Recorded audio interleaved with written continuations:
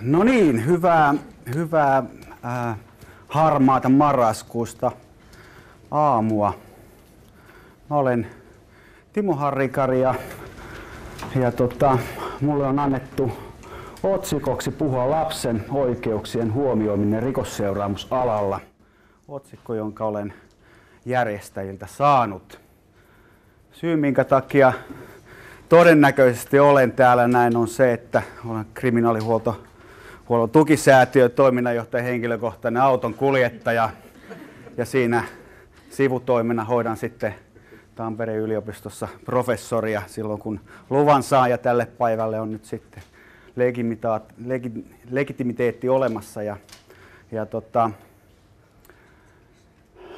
Olen siis Tampereen yliopiston Porin yksikön vastuuprofessori ja omat tutkimusaiheet ovat liittyneet perinteisesti lapsuuteen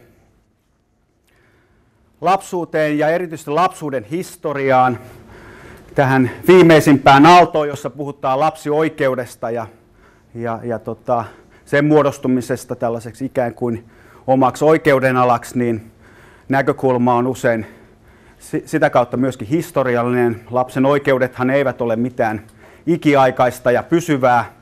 Jos ajattelee lapsuutta ja sen kulttuurisia muotoja, niin tämä oikeuskeskustelu on pitkässä historiallisessa jatkumossa varsin lyhyt, vain muutaman vuosikymmenen mittainen, korkeintaan vuosisadan, jos pitää esimerkiksi Geneven sopimusta 20-luvulta tällaisena ikään kuin lapsen oikeuksien sopimuksen esiasteena. Se, mistä olen ajatellut tänään puhua, on tällainen ikään kuin käsitteittäin rakentuva jatkumo. Ajattelin puhua ensin vähän lapsuudesta, puhua siitä, että mitä lapsuus on ollut menneisyydessä, mitä se on ollut menneenä vuosikymmeninä, ja edelleen tässä meidän ajassa sellaisia tietynlaisia piirteitä, jotka on hyvä pitää mielessä silloin, kun puhutaan lapsen oikeuksista. Sen jälkeen tarkentaen, ikään kuin vähän tällainen suodattaminomaisesti, niin tähän oikeuksien tematiikkaan ajattelin ottaa esille tämän keskustelun lastensuojelun juridisoitumisesta, josta aikoinaan Päivi muistaakseni on tehnyt lisensiaattityönsä, se 2001 vai mitä se oli, tästä lapsioikeuden tieteenalan muodostumisesta ja sitten vielä näiden ihmisoikeuksien ikään kuin luonteesta. Mitä pitäisi ajatella lasten oikeuksista tässä ajassa ja pitkässä historiallisessa jatkumossa? No sitten tämä rikosseuraamuskeskustelu liitettynä näihin kahteen. Ehkä on syytä sanoa, että mä nyt en pidä itseäni mitenkään erityisen tämmöisenä niin kuin akateemisena. Mulla on oma jatkumonsa ollut tuolla käytännön työssä pitkä historia lastensuojelussa ja ennen kaikkea pidän itseäni kriminaalihuoltajana. Joskus aikoinaan tuon Tiinan kanssa ainakin puhuttiin. Oltiin muinaisessa kriminaalihuoltoyhdistyksessä. Muistaakseni Tiina oli apukallena ja mä olin silloin sosiaalityöntekijänä. Se oli varmaan Helsingissä ja mä olin sitten Vantaan toimistossa.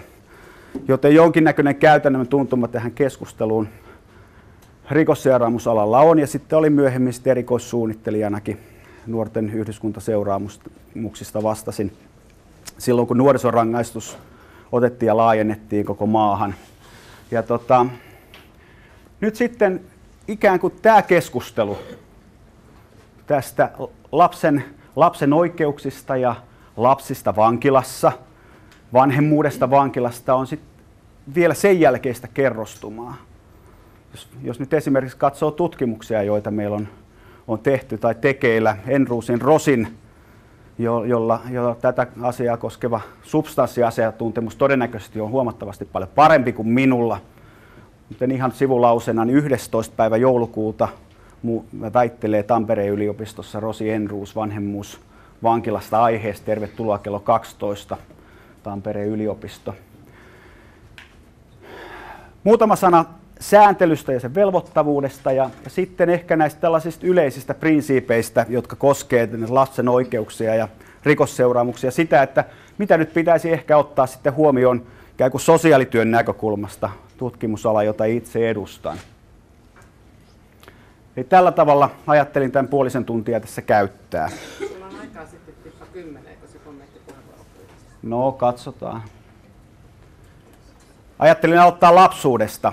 Se, mitä tässä nyt esitän, niin on sellaista materiaalia, jota tuolla Helsingin yliopistossa pitäessäni lapsuuden ja lastensuojelun historian luentoa tässä jo melkein vuosikymmenen ajan niin olen käyttänyt. Ja nyt sitten viimeisen 2 vuoden aikana olen epätoivoisesti kirjoittanut sellaista lastensuojelukysymyksen historiamonografiaa, joka on nyt tällä hetkellä semmoinen pikkasen vajaa 400-sivuinen pitkä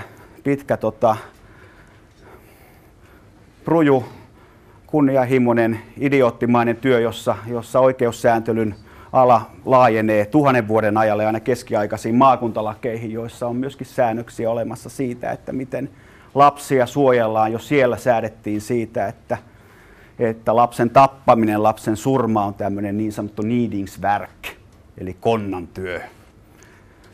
Et ei voi sanoa, että keskiaika olisi nyt jotenkin erityisen pimeä ollut lapsuuden kannalta. Mutta jos ajattelee lapsuutta taaksepäin, lapsuus esimodernissa, puhutaan ajasta, tässä tapauksessa nyt vaikkapa 1700-luvun puolivälin jälkeinen kehitys, muutos.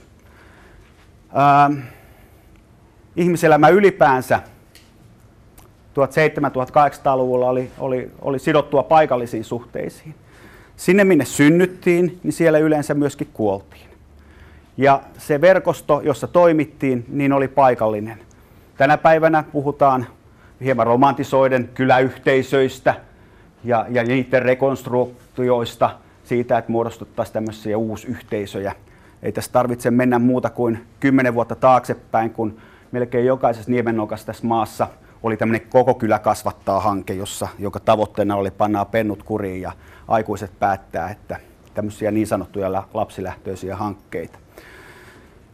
Oltiin ja synnyttiin ja kuoltiin myöskin siellä. Toimeentulo ja työ, toisin kuin tänä päivänä, kun ihmiset saavat palkkatyöstä, joustavasta informaatiotyöstä, niin työ oli sidottu monella tapaa tällaisiin luonnollisiin kulkuihin. Sitä, että miten vuosi vaihtui, elonkorjuu, oli aika ottaa ja kylvää sato, kasvattaa sitä, niittää ja juhlia sitä ja sitten viettää kylmänä aikana hiljasta aikaa ja olla ja elää siitä. Tänä päivänä tämmöinen ikään kuin syklisen ajan käsitys, joka sen ajan ihmisillä epäilemättä oli, niin näkyy oikeastaan vaan tämmöisessä tulosvuosiajattelussa. On vuosibudjetit ja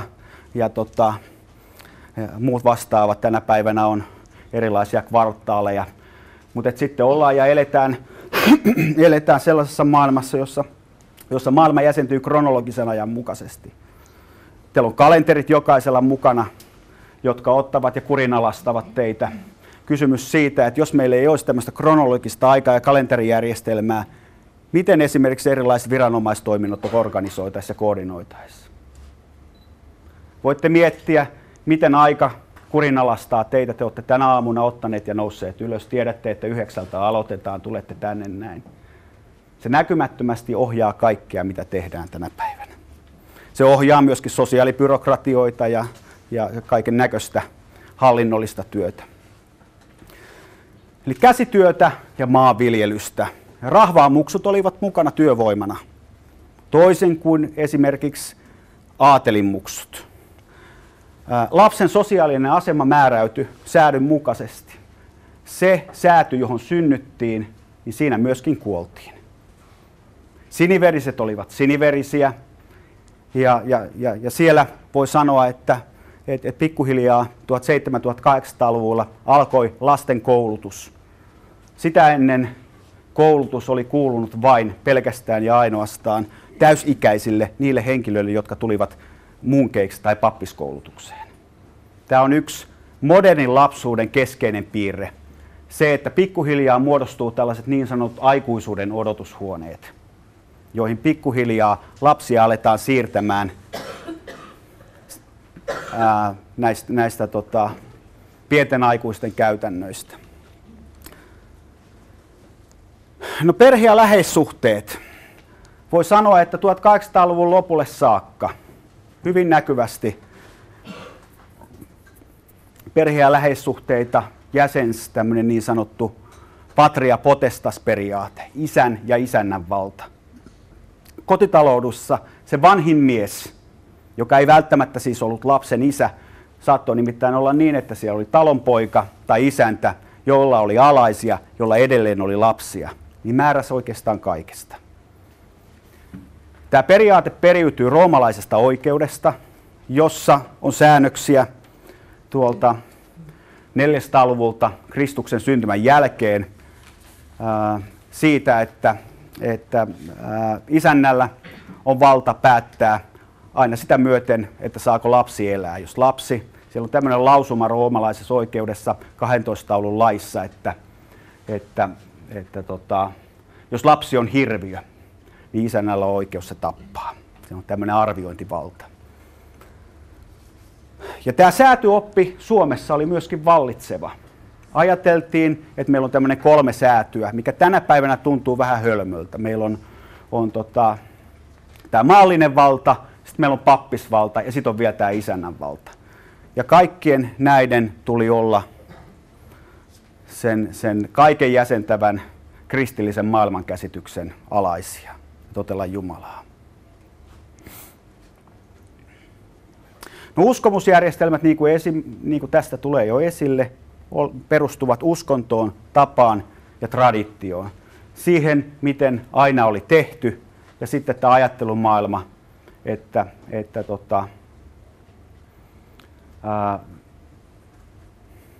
ollaan ja eletään omaa taimasvaikkaa varten.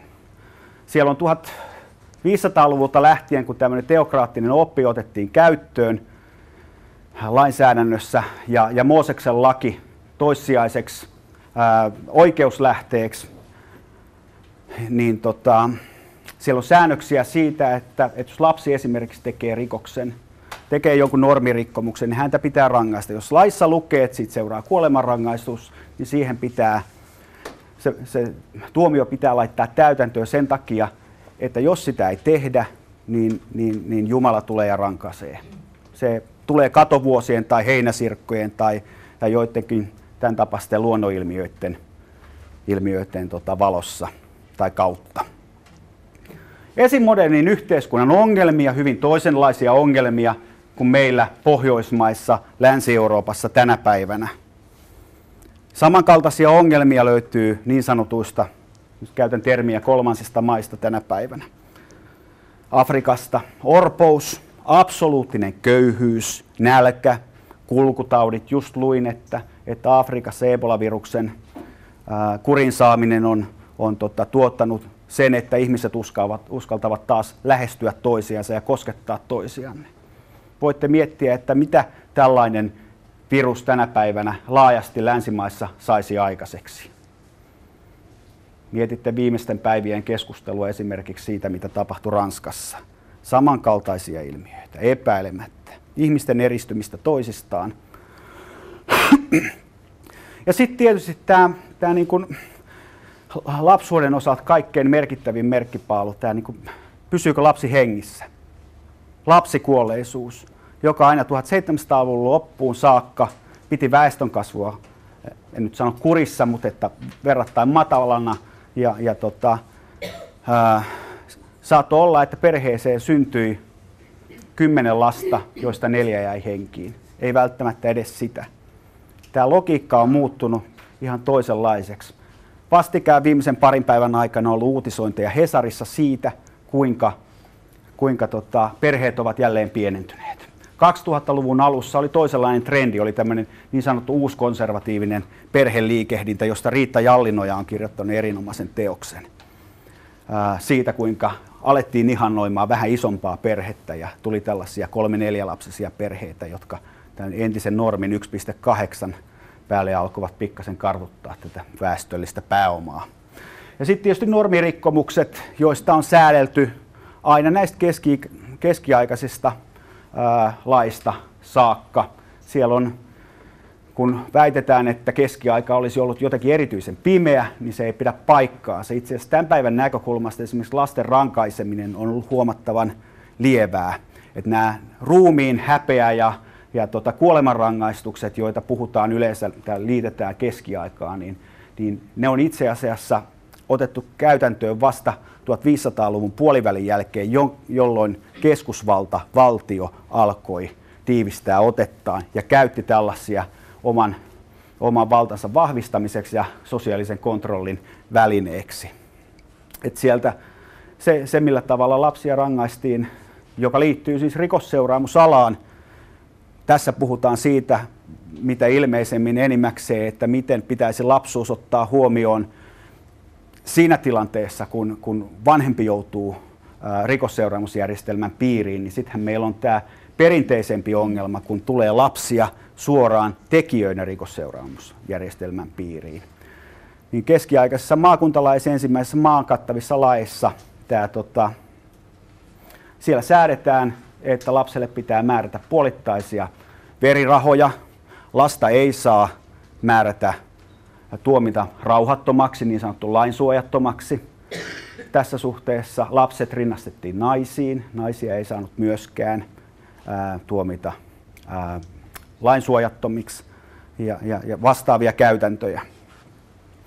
Keinoja, joilla lasten suojelua, huoltoa järjestettiin, olivat eläte- ja ruotuhoito, Jumalan pelko tällaisena keskeisenä aina 1800-luvun lopulle saakka. Ne, jotka, jos ajattelette omaa lapsuuttanne, niin voi olla, että siitä vielä löytyy omat haikunsa jollakin ehkä nykyäänkin siitä, millä tavalla ajatellaan, että taivas paikan saa. Mutta eläte- ja ruotuhoito olivat kaikkein tavallisempia. Elätteelle antaminen oli sitä, että annettiin lapsi johonkin perheeseen kasvatettavaksi. Monesti ne oli tämmöisiä käsityöläisiä, joissa opittiin samalla myöskin ammatti. Ja sitten tämmöinen ruotuhoito, joka sitten kiellettiin myöhemmin sillä tavalla, että kierrätettiin niitä apua tarvitsevia näissä kotitalouksissa tässä kyläyhteisössä. Ja tässä on kuva Ruotsin valtakunnan laki 1734, jota on pidetty tämän niin kuin ankaran rikosoikeuden ajan tiivistymänä. Kuolemanrangaistuksia 68 teosta. Siellä säädetään muun muassa siitä, että jos lapsi lyö, surmaa vanhempansa, pitää tuomita lapsi kuolemanrangaistukseen. Minkäänlaisia ikärajoja ei siihen sovellettu. Herjaamisesta vedellä ja leivällä vankilaan. No, lapsuus modernissa. Se, että 1800-luvun lopulla Suomi alkoi pikkuhiljaa teollistua ja tapahtui kansalaisyhteiskunnan heräämistä, niin tarkoitti sitä, että pikkuhiljaa alettiin puhumaan siitä, että meillä olisi tämmöinen sivistettävä kansa ja sitä kautta voitaisiin saada hyvinvointia paranemaan myöskin kansan syvissä riveissä. Tuli ajatus siitä, että muodostaa tämmöinen niin kuin homogeeninen lapsiväestö, ja se miten se tapahtui, niin se tapahtui tämän kansakoululaitoksen kautta. Sitä kautta pikkuhiljaa purkautui se järjestelmä, jossa lapset jaoteltiin säädynsä mukaan. Mentiin samoihin kouluihin. Ensin oli oppikoulu tai tämä kansakoulu-oppikoulujärjestelmä, ja sen jälkeen tuli sitten peruskoulujärjestelmä pikkuhiljaa 70-luvulta lähtien. Tämä tarkoitti sitä, että ne lapset, jotka aikaisemmin olivat perheessä tuotantovoimana, hoitivat lapsia, ruokkivat karjaa, osallistuvat maanviljelykseen, niin siirtyvät koulutukseen. Tuli tämmöinen investointiajattelu 1800-luvun lopulta lähtien. Ja se, miten se nyt ehkä vielä näkyy tässä koulutyössä, niin siellä on syysloma olemassa. Sehän on niin sanottu perunannostoloma aikoinaan ollut. Perhe- ja läheissuhteet. Pikkuhiljaa 1800-luvun lopulta lähtien julkinen valta alkoi tehdä interventioita tähän niin sanottuun isänvallan periaatteeseen, jossa isännällä ja isällä oli oikeus antaa lapsellensa, ei pelkästään lapsellensa, vaan kaikille vallanalaiselle selkää, ja pitää heitä kurissa ja nuhteessa, jos parhaaksi näkee. Lisääntyvät interventiot, ensimmäiset ehdotukset lastensuojelulaista 1897 meillä valtiopäivillä. Sen jälkeen erinäisiä yrityksiä lain aikaansaamiseksi, joka saatiin sitten viimein 1936. Samanlaisia yrityksiä kuin muissa Pohjoismaissa. Norjassa saatiin lastensuojelulaki 1896, Ruotsissa 1902 ja Tanskassa 1905. Suomessa oli samankaltainen komitea miettimässä asiaa, niin sanottu suojelukasvatuskomitea, jossa oli maanviisaita pohtimassa, miten tämä järjestettäisiin tämä suojelu. Siinä vaiheessa ajateltiin niin, että lasten suojeleminen on erilainen instrumentti rikollisuuden ehkäisemisessä. Vähän samanlainen ajatus, joka 100 vuotta myöhemmin tuotiin näiden rikoksen torjunta- ja turvallisuusohjelmien muodossa tänne meidän oikeastaan koko valtakuntaa, viittaan keskusteluun joskus 10-15 vuotta sitten. Uskonnon, tavan ja tradition alkoivat hiljalleen korvata tiede, laki, ekspertiisi, niin kuin tämäkin tilaisuus näyttää. En tiedä kuinka monta tämmöistä niin sanottua lay memberia on täällä paikalla, mutta oletan, että suurimmalla osalla tästä joukosta on jonkinlainen kasvatus, sosiaali, vankeinhoito, kriminaalihuolto tai rikosseuraamusalan koulutus, sosiaalityöntekijöitä ehkä. Tämä on yksi merkki siitä, miten lapsuus on pikkuhiljaa ikään kuin ammatillistunut. On tullut lapsuuden odotushuoneet, on päivähoitoa, on nuorisotyötä, on erotettu tämmöisellä alaikäisen kategorialla lapsuus aikuisuudesta. On selkeät ikärajat, rikosoikeudessa 15 vuoden ikäraja, josta säädettiin 1889 rikoslaissa. Ikäraja, joka meillä on ollut aina 1000 vuoden takaa. Siis niissä maakuntalaissa tavallisen rikosvastuuikäraja oli 15 ikävuotta. Ja nyt 15 vuotta sitten, kun kansanedustaja Jouni Lehtimäki ehdotti, että rikosvastuuikäraja pitäisi kokonaan ottaa ja poistaa, niin mietin, että mitä ihmeen aikaa me ollaan ja eletään, kun tämmöisiä esityksiä tehdään. No, uudenlaisia ongelmia tällaisen absoluuttisen köyhyyden sijaan: yhteiskunnallinen epäoikeudenmukaisuus, suhteellinen köyhyys, oikeudellinen eriarvoisuus, yhteiskuntaan sopeutumattomuus. Tänä päivänä tavataan puhua syrjäytyneistä ja syrjäytymisvaarassa olevista, riskissä olevista. Ei tarvitse mennä kuin muutama vuosikymmen taaksepäin, niin puhuttiin häiriintyneistä, sopeutumattomista, pahantapaisista, huonohoitoisista, laiminlyödyistä. Tämmöiset niin kuin asemoinnit, jotka ovat tämän päivän keskustelussa hävinneet ihan kokonaan.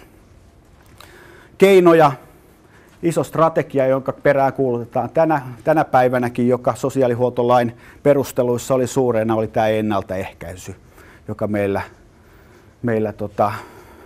tiivistyy tähän jännitteeseen: korjaavat palvelut ja ennaltaehkäisevät palvelut. Näistä on puhuttu 100 vuotta enemmänkin, mutta että edelleen keskustellaan, ehkä ikuisuuskysymyksiä. Ihmisten sivistäminen, biopolitiikka, se, että valtio, julkinen sektori pyrkii hallinnoimaan perheitä neuvolajärjestelmiä ja tämmöisen elämän vahvistamisen kautta. On äitiysneuvolat, terveyteen panostaminen sun muut. No sitten viimeisin tällainen, voisiko sanoa, iso kulttuurinen kerrostuma, puhun tämmöisestä toisesta modernista, jossa meidän lapsuuden ympäristö on voimakkaasti laajentunut.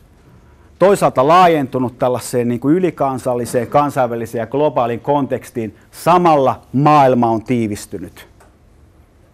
Te keskustelut, jotka meille velloo esimerkiksi tähän lapsen huomioon ottamiseen rikosseuraamusalalla, ne on kansainvälisiä keskusteluja. Siellä on ihmisoikeussäätelyä, siellä on kaikenlaisia kansainvälisiä skandaaleja, jotka edesauttaa sitä, että keskustelut käynnistyy myöskin meillä. On uudenlaisia työmuotoja. Me eletään yhteiskunnassa, jossa pääomat tulevat ja menevät. Hyvä esimerkki Salo, jossa oli voimakas taloudellinen nousu 2-3 vuosikymmentä, ja sitten yhtäkkiä yritys otetaan ja ajetaan alas ja kaikki jää niin kuin paikallisittain sinne hoidettavaksi. Siellä mietitään, että miten ihmiset selviävät siitä eteenpäin.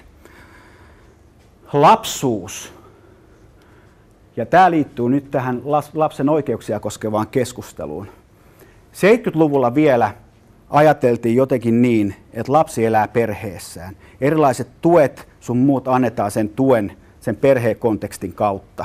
Sen annetaan vanhemmille, niin he osaavat käyttää sit ikään kuin sitä lapsen hyväksi. Lapsi oli osa perhettään. Vain muutamassa vuodessa, kun säädettiin lastensuojelulaki 83, niin tämä kääntyi ikään kuin jotenkin tämä preferenssijärjestys ympäri. Ja lapsi irrotettiin siitä perhesuhteesta oman edun ja omien oikeuksiensa subjektiksi. Vain muutamassa vuodessa. Ja niin hassua kuin se ehkä tuntuukin, niin maista tämän keskustelun etunenässä kulki Puola. Uskomusjärjestelmä, tiedetapa, traditio, ekspertiisi, tiede. Tässä vaiheessa meillä on tullut tämmöiset kansainväliset reflektoidut ihmisoikeusperusteet. Paljon käydään keskustelua siitä, että minkälaisia riskejä lapset ja nuoret ovat ja minkälainen heillä on tämmöinen riskiympäristö ja muuta vastaavaa. Meillä on tullut uusia tällaisia keinoja hallita lapsi- ja nuorisoväestöä, erilaisia riskinhallinnan menetelmiä noin aggregaattitasolla. Viitaten nyt esimerkiksi tähän Ranskan tapahtumiin, niin tiesittekö, että Lontoon pommi-iskujen jälkeen Britannian hallitus käynnisti tämmöisen Channel-projektin, jossa ryhdyttiin arvioimaan sitä porukkaa, joka olisi riskissä tehdä tämmöisiä terroristitekoja, ottaa ja kasvaa terroristeiksi. Ne haarukoivat 200 nuorta ihmistä Britanniasta, josta nuorimmat olivat alle 9-vuotiaita. Miltä tuntuisi ne, joilla teistä lapsia on, niin saada kuulla, että lapsenne on potentiaalinen terroristi. Se virittyy tällaisia eettisiä keskusteluja. No, varhainen puuttuminen, termi, joka löi meillä läpi nopeasti tässä laman jälkiaallossa. Kaikkeen puututaan nopeasti ja sitä kautta otetaan ja ehkäistään ongelmia. Tästä näkyy, että meillä on mediaankin jotenkin niin kuin vakiintunut tällaisia tietynlaisia puhetapoja. Muista Reetta Meriläinen aikoinaan yhdessä paneelissa tuolla Tieteiden talolla puhui siitä, että kuinka Helsingin Sanomat on tämmöinen niin kuin perhemedia ja asiamedia iltapäivälehtien sijaan. Jäin miettimään sitä siinä vaiheessa, kun kirjoitin sellaista monografiaa, kun riskillä merkitit ja keräsin näitä lehtileikkeitä, kuinka nyt näyttää siitä, että perhemediakin on vakiintunut tämmöisiä tietynlaisia lausumia, jotka rakentaa sitä käsitystä, että mikä on lasten, nuorten, perheiden tilanne. Yhä useampi lapsi kärsii äidin päihteiden käytöstä. Yhä nuoremmat jäävät koukkuun. Lapset kärsivät yhä vaikeammista mielenterveyden häiriöistä, käyttäytyvät yhä väkivaltaisemmin. Tämmöistä niin kuin harvaan mutta sitten toisaalta tiiviisti rakennettua sanomaa niistä myöskin löytyy. Tänä päivänä eletään tässä tällaisessa toisen modernin kulttuurissa kerrostumassa, jossa näyttää siltä, että semmoinen tunnusomainen piirre on, että yksittäiset radikaalit kärjistyneet tapaukset, jotka näkyvät mediassa, viitataan nyt vaikka tapaukseen, jonka varmaan kaikki tuntevat, Vilja Eerika, ne alkavat rakentaa viranomaiskäytäntöjä. Sen jälkeen lähtee massiivinen koneisto liikkeelle. Tässä ei ole mitään uutta, jos katsoo kansainvälisesti. Meillä on Baby P ja Victoria Climby tuolla Britanniassa, jotka ovat kulkeneet ikään kuin tämän keissin etunenässä. Ja sieltä on nähtävissä, että mitä siellä on tapahtunut. Samat asiat ovat tapahtuneet sitten Suomessa. Koko lastensuojelun kokkaa on käännetty yksittäisen tapauksen pohjalta.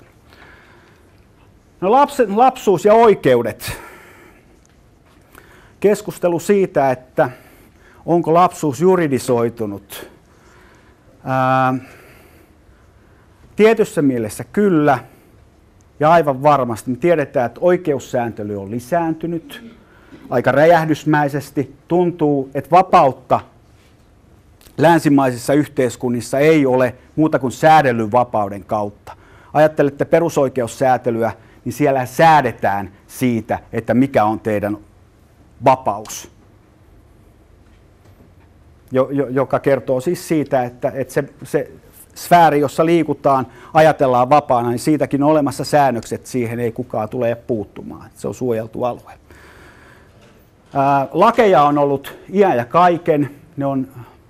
Lakeja ajatellaan oikeussäätelyä jotenkin vähän tällaisena niin kuin esimerkiksi sosiaalityön arjesta kaukana olevana asiana perinteisesti ajateltu, mutta ne, jotka sosiaalityötä olette tehneet ja nähneet tämän kehityksen, niin tiedätte, että tänä päivänä sitä ei voi oikein välttää. Meillä on 2 isoa periaatetta olemassa. Toinen on laillisuusperiaate, siis se, että toiminnan pitää perustua lakiin, ja toinen periaate on hallinnon lainalaisuuden periaate. Kaikessa toiminnassa pitää tarkasti noudattaa lakia, asiat, jotka ovat merkitty meillä perustuslakiin. Muutama vuosi sitten ohjasin Kati Palsasen gradua tuolla Helsingin yliopistossa, ja muistan, Kati tutki tällaisia varhaisen puuttumisen hankkeita tuolla Helsingin seudulla, ja Itäkeskuksesta sitten joku tässä hankkeen työntekijöissä sanoi, että on niin mukavaa duunia, kun täällä voi tehdä ihan mitä haluaa, kun tätä ei mikään säätele. Että ei voi tänä päivänä olla näin. Mutta että hyvä esimerkki, joka kertoo siitä, että asiat voivat hämärtyä. Jürgen Habermas, yhteiskuntatieteen klassikko, on puhunut siitä, että miten pikkuhiljaa niin sanottu systeemi tunkeutuu elämismaailmaan. Raha, valta, asiantuntijasysteemit, ekspertiisi tunkeutuu kansalaisten elämään kaikkialle. Jos mietitte ihmisiä, joihin luotetaan, ketkä saavat niin kuin, puheenvuoron erinäisten asioiden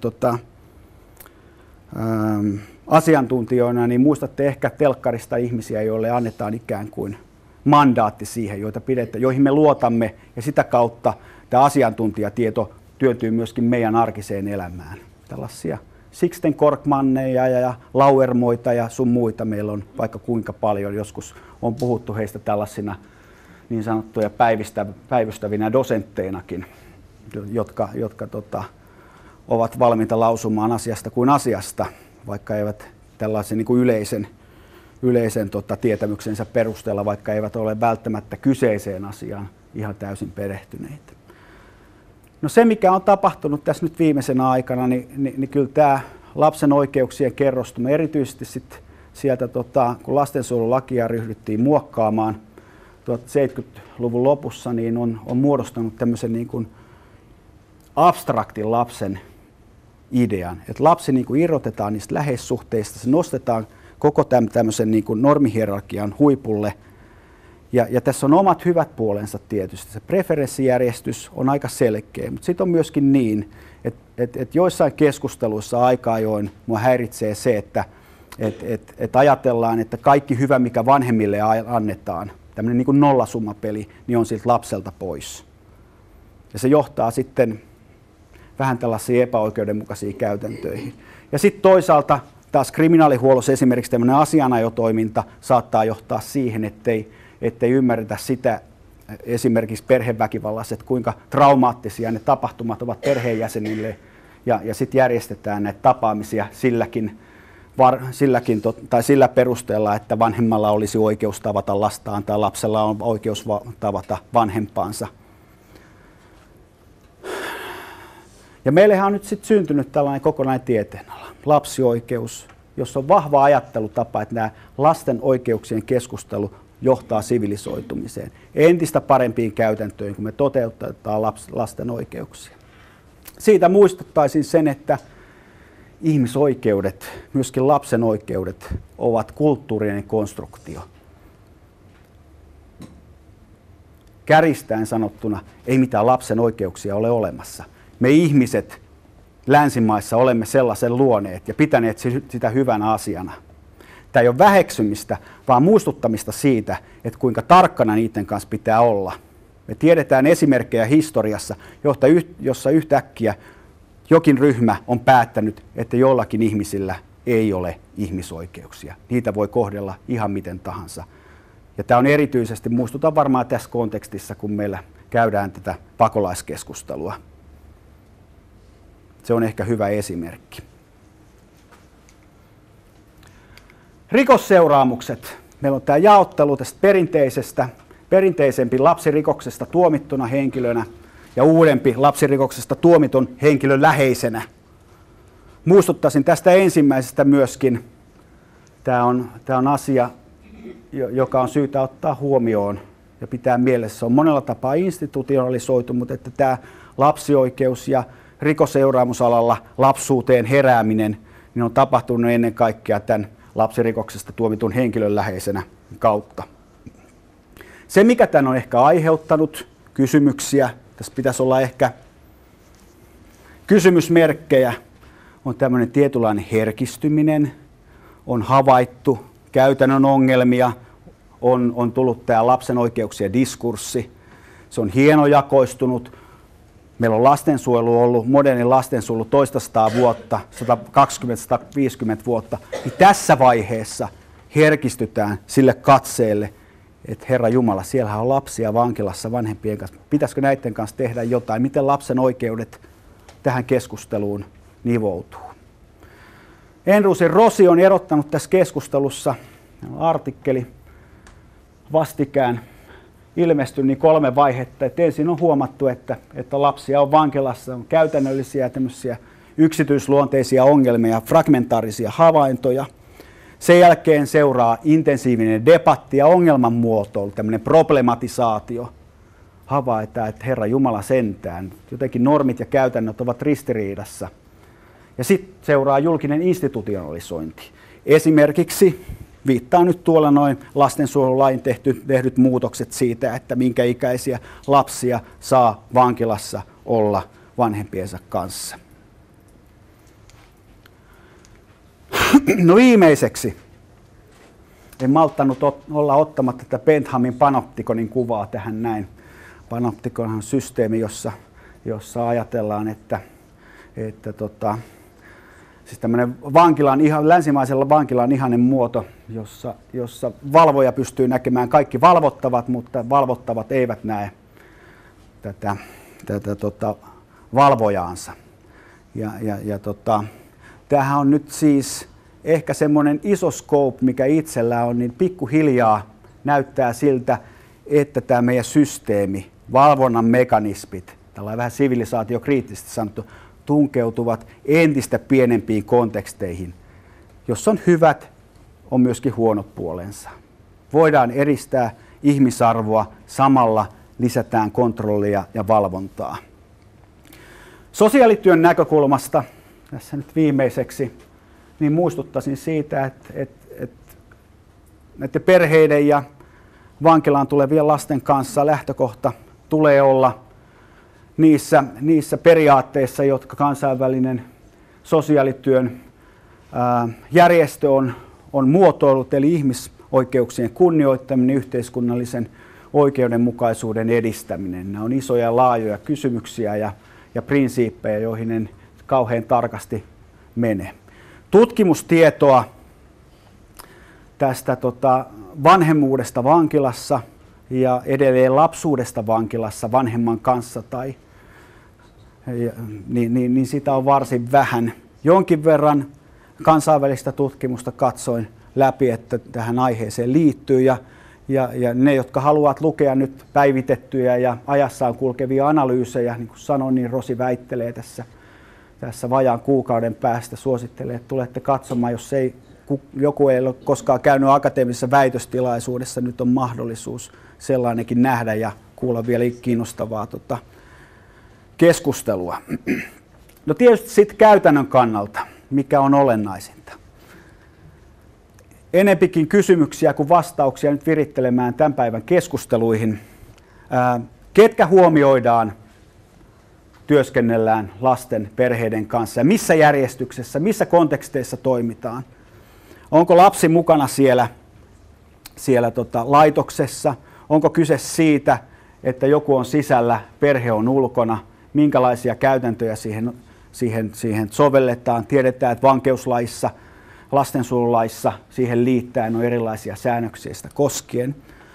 Eli ekologia ja verkostot, kuinka laajalle lähdetään katsomaan sitä kontekstia?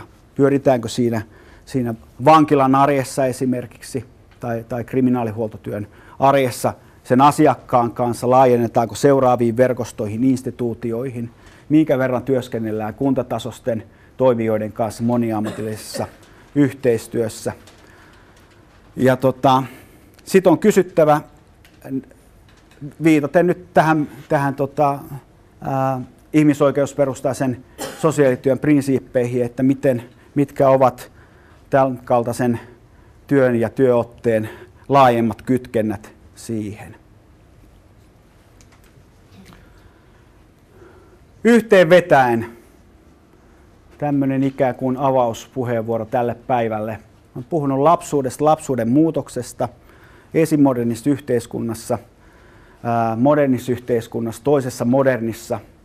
Tätä meidän tämän päivän keskustelua jollain tavalla leimaa tämmöinen hienojakoistunut, entistä tarkempi katse lapsuuteen, yksittäiset radikaalit kärjistyvät tapaukset mediassa, joiden alle sitten asiantuntijatieto monesti jää. Ne saattavat tehdä laajamittaisia suuntaamisia poliittisella sektorilla, vaikka sinne kuinka yrittää huutaa, että tämä ei ole viisasta, niin tänä päivänä näyttää siltä, että nämä lapsuutta koskevat moraaliset paniikit ketjuuntuvat ja niistä on tullut tämmöinen ikään kuin päivän kulttuurinen piirre, jota ajaa huoli ja pelko. Ja sen takia on tärkeää se, että me tiedetään sosiaali- ja rikosseuraamusalan, kasvatusalan ammattilaisina, mitkä on meidän eettiset periaatteet, ettei meitä viedä pässiä narussa. Pitää tuntea oikeudellinen sääntely, pitää tuntea ihmisoikeussopimuksia, niiden lähtökohtia ja kyetä niitä myöskin soveltamaan. Lapsen oikeudet ja lapsuus. Nämä lapsen oikeudet, tämä keskustelu on hyvin nuori kulttuurinen kerrostuma, vain muutamia vuosikymmeniä. Jos se sanoma, jonka haluaa tästä lähettää, jotenkin sen tiivistäisi, niin on se, että pitää olla tietoinen niistä. Ne voi hävitä ihan samalla tavalla kuin ne ovat ilmaantuneetkin.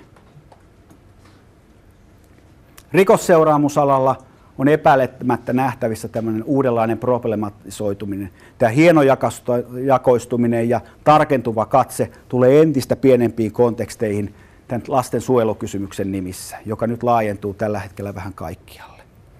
Ja miten se huomioidaan? Olen sitä mieltä, että tämmöinen ihmisoikeusperustainen sosiaalityö, Jim Ife-niminen kaveri, Aussi muistaakseni on kirjoittanut tästä erinomaisen teoksen. Siis on otettu monta painosta, suosittelen siihen tutustumaan. Edelleen kannattaa olla ja seurata tutkimusta, ajatella tai katsoa tutkimusnäyttöä, sen antia, ja ajatella tutkimusnäyttöä laajassa mielessä. Tämmöinen niin kuin tilastollinen näyttö sun muut, niin siitä harvoin on minkäännäköistä tutkimusta, ne on vaativia koeasetelmia tehdä ja niitä on vähän. Ja sitten edelleen työorientaatiot, erilaiset lähestymistapat ja implementointi, millä tavalla nämä kaikki laajat isot prinsiipit, kulttuuriset kerrostumat ja ymmärrykset ja ennen kaikkea oma professionaalinen tieto otetaan niissä huomioon. Päätän tähän. Kiitos.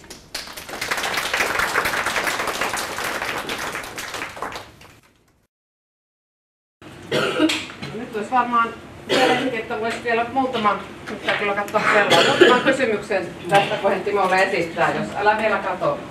Olisiko siellä kättä, joka haluaisi kysyä jotakin? Kysykää nyt ihmeessä. Muistutuksena se, että tyhmiä kysymyksiä ei ole olemassa, vain hyviä kysymyksiä. Oikeastaan minä kysyn sitten, jos ei kukaan muu kysy. Eli mulla olisi paljonkin kysyttävää, mutta ennen kaikkea me jäin miettimään sitä, mitä tuossa jo vähän illalla pohdinkin ja sulle sanoin. Eli se, että varmasti tuossa tulikin, mutta sanon nyt mulle selkokielisesti se, että jos nyt ajatellaan lapsen oikeuksia ja lapsilähtöisyyttä, jotka mä ajattelen, että on kauhean ylevää ja hienoa ja jotenkin niille tarvitsee herkistyä. Ja pitää ollakin siis tämmöisiä niin ideaaleja, joita niin nähdä. Mutta mistä lopulta sitten on kyse voiko lapsen oikeuksia tarkastella irrallaan ihmisoikeuksista tai sitten ylipäätään mikä on niin vanhempien ja lapsen oikeuksien välinen suhde, koska siinä puhutaan semmoisesta suhteesta, joka on omanlaatuisensa ja jotenkin mietin, että miten se irrottaminen tapahtuu.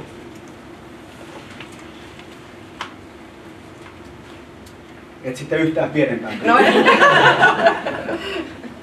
No siis ei lapsen oikeuksia voi erottaa, tai lapsen oikeuksia koskevaa keskustelua voi erottaa yleistä ihmisoikeuskeskustelusta.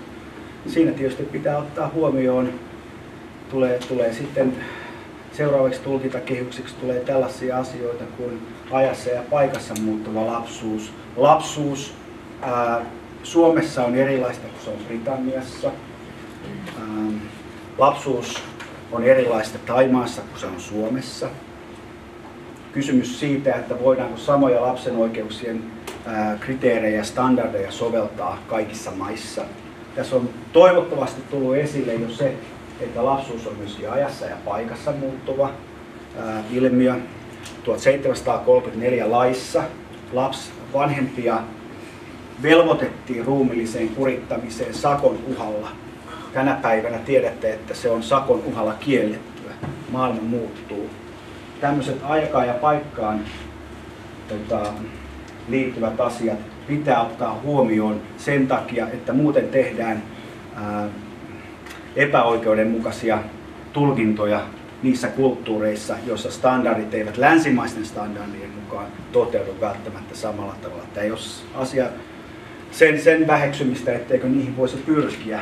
Tiedetään, että ihmistunnustaminen on yksi asia, ihmisarvon tunnustaminen ylipäänsä, terveydelliset asiat, tämä lapsikuolleisuusasia on edelleen olennainen monin paikoin maailmassa.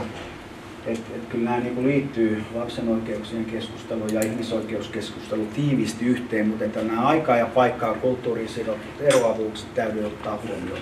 Mitä tulee sitten näihin vanhemmuuden ja aikuisten ja lasten välisiin preferensseihin, niin Suomessa on tehty selkeä eroavuus sen välille, että mikä näkyy tämän päivän keskustelussa, että se lapsi on irrotettu sieltä omien oikeuksiensa subjektiksi tähän näppylöihin.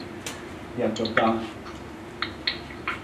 sitten jotenkin kontekstuaalisesti perheiden kanssa varmaan täytyy aina miettiä se, että mikä on viisasta silloin, kun vanhempien ja lasten oikeudet jotenkin ovat ristiriidassa. Tässä mun mielestä mainitsin näistä tilanteista, jossa asiaa ei osata tarkastella välttämättä systeemisesti, vaan jotenkin tämmöisenä nollasummapelinä, jossa kaikki hyvä, joka annetaan vanhemmille, niin on siltä lapselta pois.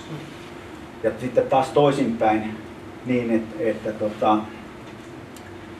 muistan aikoinaan kriminaalihuollossa, kun olin töissä, niin silloin oli vahva tämmöinen asianajomentaliteetti, mitä ilmeisesti edelleenkin sitä löytyy, ainakin vanhemman polven kriminaalihuoltajissa, niin täytyy muistaa myöskin se, että mitä on esimerkiksi läheissuhteessa tapahtunut. Siellä on uhriutumista, että mihin hintaan tahansa ei voi oman asiakkaan oikeuksia ajaa siinä lähiympäristössä, vaan pitää olla herkkä sille dynamiikalle, joka siinä on olemassa.